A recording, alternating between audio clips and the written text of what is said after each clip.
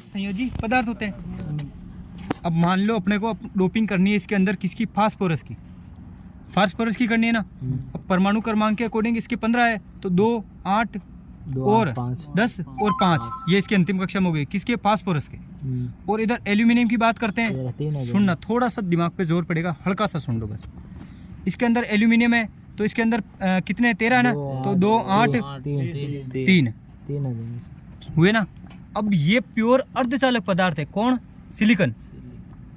Silicon pure अर्धचालक है। इसकी अंतिम कक्षा में कितने इलेक्ट्रॉन होंगे, 4 तो 4 होंगे। इसकी अंतिम कक्षा में कितने हो गए, ये लो 4 इलेक्ट्रॉन हो गए। अर्धचालक की अंतिम कक्षा में हमेशा 4 इलेक्ट्रॉन होते हैं। अब ये पी और एन प्रकार के पदार्थ है। अच्छा कैसे पता चला, देखो अब मैं फिर यहाँ पे लिखा हुआ त्रिसंयोजी, यानी कि जिसकी अंतिम कक्षा में 3 इलेक्ट्रॉन होते हैं। पंच संयोजी तो जिसके अंतिम कक्षा में 5 इलेक्ट्रॉन होते हैं। अब क्या करेंगे, डोपिंग करेंगे, है ना। क्या करेंगे, डोपिंग जिसको हिंदी में बोलते हैं मादन करना। क्यों करते हैं, क्योंकि चालकता बढ़ाने के लिए। ठीक है, अब सुनो चालकता क्यों बढ़ा रहे हैं, क्योंकि अपने को करंट वोल्टेज चाहिए। अब इन्होंने क्या किया कि सबसे पहले तो ए प्रकार का एल्यूमिनियम का पदार्थ लिया, इसकी अंतिम कक्षा में 4 इलेक्ट्रॉन है और इसकी अंतिम कक्षा में 3 इलेक्ट्रॉन है। डोपिंग कर दी, मिला दिया इसके अंदर, शुद्ध अर्धचालक को मिश्रित कर दिया चालकता बढ़ाने के लिए। तो अब इसमें जब 3 मिला दिया ना अपने पास, तो 7 हो गए। तो जब पेयर बन रहे हैं ना, तो 1 इलेक्ट्रॉन फिर भी कम है, ये ढूंढता रहेगा 1 इलेक्ट्रॉन को कि 1 इलेक्ट्रॉन और चाहिए अपने को, तब होगा। अच्छा इसके अंदर मान लो फास्फोरस मिला दिया अपने, तो 5 थे, इधर 4 ही थे ना, 4 + 5 9 हो गए। तो इसके पास तो 1 इलेक्ट्रॉन ज़्यादा हुआ ना। तो ये कह रहा किसी को चाहिए क्या, किसी के चाहिए तो ले लो। तो इसी प्रकार कहने का मतलब जो आकर्षण प्रतिकर्षण होगा ना यहाँ पे, इसी के कारण से अपने पास ये सेल काम करेगा अंदर। कहने का मतलब इलेक्ट्रॉन और होल्स के जोड़े बनते हैं और जोड़े बनने के कारण ही इसके अंदर करंट का फ्लो होता है और ये स्टोर करते हैं बस। अब ये डिटेल में और ज़्यादा पढ़ोगे तभी समझ में आएगा। बाकी जहाँ तक है मैंने उदाहरण बता के समझा दिया। इसके अंदर ये एक खांचे के अंदर यही काम हो रहा है अपने पास, है ना। इलेक्ट्रॉन और होल्स के जोड़े बन रहे हैं और प्रकाश पड़ने के कारण ये स्टोर कर लेता है। नीचे एक कनेक्टर होता है जिसके अंदर ये स्टोर करता है, दे देता आगे। ये हुआ अपने पास पूरा सिलिकॉन का मामला। समझ में आया तो बढ़िया है, बाकी और ठीक है, कभी और देखेंगे बोर्ड पे, ठीक है ना।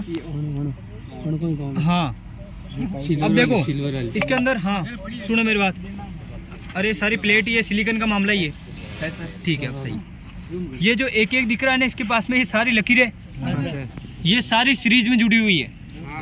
ये सीरीज में जुड़ी होने के बाद में ये पूरा फिर सीरीज में जुड़ा हुआ है। ऐसा करके ये श्रेणी में, फिर ये पूरा श्रेणी में, अच्छा फिर ये पूरा श्रेणी में, ऐसा करके सबको श्रेणी में जोड़ दिया है। फिर जाके एक प्लेट बनी है। अच्छा इसको कहते हैं ना, जैसे आपने कभी सुना होगा, सबसे पहले एक सोलर सेल, मान लो ये एक इस प्रकार का होता है। फिर इसके बाद इनको जोड़े सोलर सेलों को, तो सोलर प्लेट बन गई।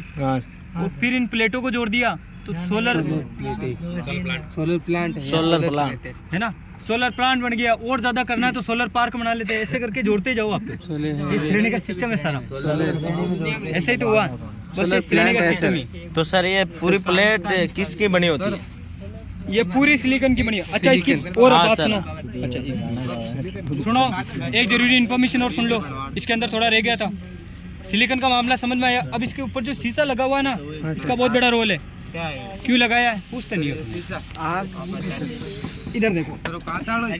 हाँ अरे एक मिनट बस, इधर अपने पास ये जो इसकी परतें होती है, देखो इसके ऊपर सबसे पहले कांच, फिर इसके नीचे एक हल्का सा कांच का और होता है, फिर इसके नीचे ये सिलिकॉन है, ये पूरा सिलिकॉन है रेड। अब कांच क्यों लगाया, क्योंकि जब सूर्य की किरणें अपने पास आएगी ना, अगर ये कांच नहीं होगा तो टकरा के पूरी वापस चली जाएगी। क्यों? हाँ क्यों, वही बता रहा हूँ, ठीक है, टकरा के पूरी चली जाएगी। अब इस कांच का ऐसा सिस्टम है ना कि सूर्य की किरणें आए और परावर्तन ना हो, मतलब ये 5% ही वापस जाने देती, बाकी 90% को पकड़ के रखती है। ये इस कांच का काम है विशेष। अच्छा इसके नीचे एक कांच का फिर है परत एक, उसका काम यही होता है कि नमी के प्रवेश को रोक देती है ना। लेड का कहीं काम आता, मैक्सिमम काम यही होता है कि नमी के प्रवेश को रोकती है।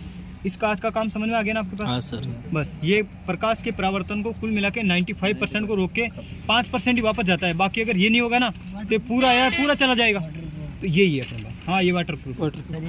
सर इन पानी सर ये बताओ सर ये पूरे कनेक्टर है, पूरा कनेक्शन हो रखा है, इसी के कारण हो रखा है। इसको राइजिंग बोलते सर। ये चालक है, बस कोई भी ले लो आप, है ना, ये चालक है। हाँ कोई फर्क नहीं पड़ेगा। क्या वोल्टेज सेल है? अरे एक मिनट आराम से फूट नहीं। अच्छा टाइप नंबर ये देखो, ये कह रहा है आपके पास 320 वाट का तो है, ठीक है, और 72 प्लेटें इसके अंदर लगी हुई है। 72 प्लेट? ये वाली? हाँ ये 72 लगी हुई है, 320 वाट का है और 72 प्लेटें लगी हुई है। अब सुनो आगे, मॉड्यूल किसको बोलते हैं? तो ये छोटे छोटे सेलों को जोड़ के पूरी प्लेट बनी है ना, इसको मॉड्यूल बोलते हो आप, ठीक है। आगे ये मैन्युफैक्चरिंग की डेट लिखी हुई है। डीसी सिस्टम है अपने पास, डीसी, ये डीसी देता है ना कि एसी देता है। सोलर प्लेट हमेशा अपने को डीसी देती है, फिर इसको इन्वर्टर लगा के डीसी को एसी में कन्वर्ट कर देता है वो, डीसी को एसी में कन्वर्ट कर देता। अब ये सिस्टम है ना, इनको अर्थिंग करना बहुत जरूरी होता है। अर्थिंग तो करते हैं जो करते हैं, ये अर्थिंग के लिए तो जाता है, पर ये अलग चीज़ है अपने पास। ये क्या है? अब देखो, इसको बोलते हैं लाइटनिंग अरेस्टर, यानी कि तड़ित चालक। लाइटनिंग अरेस्टर यानी कि तड़ित चालक, ये पूरा कॉपर का बना हुआ है। किसका? कॉपर का। अब आगे बात सुनो, इसको काम में क्यों ले रहे हैं? जब भी बारिश का मौसम होता है या आसमानी बिजली कड़कती है ना, जब भी आसमानी बिजली कड़कती है ना, तो वो बिजली गिरने का खतरा रहता है। और बिजली हमेशा किस पे गिरती है? ये जो बोलते रहता है ना, भैंस पे या किसी काली चीज़ पे गिरती है, ऐसा कुछ नहीं है। हाँ, सुनो, या तो चालक पदार्थ और या फिर आसमानी बिजली उसी पे गिरती है जहाँ पे वोल्टेज का रोल है। अब देखो, इस पे नहीं गिरे, नुकसान नहीं हो, यानी कि जन धन की हानि से बचाने के लिए लाइटिंग अरेस्टर लगा रखा है। अच्छा ये क्यों कर रखा है? यहाँ पे लगाया, इसके पास ये करंट है, इस पे गिरने का खतरा है, तो सीधा जो अधिक आवेश की मात्रा आएगी ना, करंट, वो इस पे गिरेगी। इसको अर्थ कर रखा है, यानी कि पृथ्वी से कनेक्ट है, तो इनका नुकसान नहीं होगा, तोड़ फोड़ नहीं होगा। सीधी करंट पहले इस पे गिरेगी, ना कि इन पे गिरेगी। अरे वायर पूरा जा रहा है, जिसका रेजिस्टेंस कम होता है उधर चली जाएगी। तो ये अर्थिंग हो रखा है, जमीन से टच है, देखो अर्थिंग कर रखी है। वो गड्ढा दिख रहा है नीचे, वो पाइप पड़ा, ये यहाँ से सीधा जाते हुए वो अर्थिंग जा रही है उधर। उस गड्ढे के अंदर 10 फीट नीचे खोद के 10 फीट गहरा करके और अर्थिंग कर रखी है। वो कभी दिखाएंगे खोद के एक दिन आप। बिल्कुल सर, समाना तो पता सब। 10 फीट गहरा क्यों किया है? क्योंकि है ना, 10 फीट गहरा करने के कारण नमी आ जाए अपने पास, और नमी के कारण रेजिस्टेंस कम होगा, और रेजिस्टेंस कम होगा ना, तो जिधर प्रतिरोध कम होती है, करंट उधर ही फ्लो होती है। सब बिजली अटक पड़ी है, छत टूट जाएगा। नहीं, वो करंट पहले पूरा पड़ते फ्लो उधर हो जाएगा। अच्छा ये सर, क्योंकि ये माइंड अलग कोई कनेक्ट नहीं है ना, नहीं इससे कोई कनेक्ट नहीं है, कनेक्ट नहीं है। कोई नहीं, 5 कर लो, 2 कर लो, 1 कर लो, कोई फर्क नहीं पड़ता। ज़्यादा होगा तो ज़्यादा चली जाएगी, ठीक है, कोई ज़्यादा रोड 10-15। अब और सुनो, तो डीसी के लिए अलग अर्थिंग होती है, एसी के लिए अलग होती है, ठीक है ना। यहाँ पे डबल अर्थिंग कर रखी नीचे। अब इसको स्टॉप कर। मेरे पास कहीं भी सोलर का प्लांट लगाए ना, वो हमेशा कहीं सुना करो कि सीड सीमेंट या बांगड़ कहीं पे भी किलोवाट में या मेगावाट में, तो वाटेज पे लेते हैं। तो अब इन्होंने क्या किया, जो ये प्लेटें लगाई ना अपने पास, इन्होंने 21 के पेयर बना दिए, जोड़े बना दिए, है ना। तो कुल अपने पास जो प्लेटें है वो 63 है, 63 है, ठीक है ना। 21 के जोड़े बनाए, वो एक प्लेट के अंदर का जो वाटेज है ना अपने पास, वो कितना है? 320 वाट का है, ठीक है। और 63 अपने पास क्या हुई? प्लेटें कुल प्लेट है। तो इन्होंने 21 को क्या है, श्रेणी क्रम में जोड़ दिया सभी को, ठीक है ना। तो इसी प्रकार करके 320 को जब अपन 63 से गुणा करते हैं ना, तो आते हैं अपने पास 20,160 वाट। इस प्रकार बात करें तो ये 20 किलोवाट का कुल क्या है अपने पास, ये सोलर का प्लांट ही मान लो एक छोटा सा। तो 20 किलोवाट का इस प्रकार लगाए, एक प्लेटों के अंदर सब श्रेणी में, प्लेटें खुद श्रेणी में 21 और 21 को फिर श्रेणी क्रम में जोड़ दिया इन्होंने। इस प्रकार इसके कनेक्शन सीधे नीचे ले लिए। अपने को क्या चाहिए?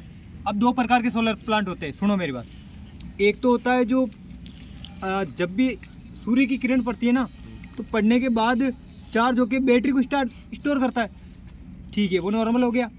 अब एक होता है रूफटॉप सोलर, जो बैटरियाँ नहीं लगानी है, कारण ये कि पैसे नहीं होते, फिर क्या करें, सबसे ज़्यादा बैटरी महंगी आती है, तो बिना स्टोर के कारण जैसे सूर्य किरणें डायरेक्ट सप्लाई दे देता हूँ। तो रूफटॉप सोलर जिसमें बैटरियाँ नहीं होती, बाकी नॉर्मल वाला अपने पास जिसमें बैटरियाँ स्टोर कर रखी होती। अब आगे क्या करते हैं, सीधी सप्लाई यही कनेक्टर को दिया, देने के बाद में ये सीधा क्या करेगा, डीसी को एसी में कन्वर्ट करेगा, इन्वर्टर नीचे। फिर ज़्यादा है तो बेच दो विद्युत विभाग को, वो अपने पास पैसे दे देगा, या फिर अपने को जब विद्युत चाहिए ना तो वो फ्री में दे देगा फिर बाकी। तो इस प्रकार ये लेन देन चलता रहता है, मीटर लगा हुआ होता है नीचे। ठीक है, कनेक्शन के लिए और नीचे बात करेंगे अपन। यहाँ तक किसी को दिक्कत है क्या? No sir. नहीं है ना? ठीक है, और फिर कभी ले आएंगे एक बार और भूलेंगे तब। ठीक है, बंद करें कभी भी, ऐसा नहीं है, पर कम से कम 10-15-20 साल अरे ITC सिंबल नीचे जाओ।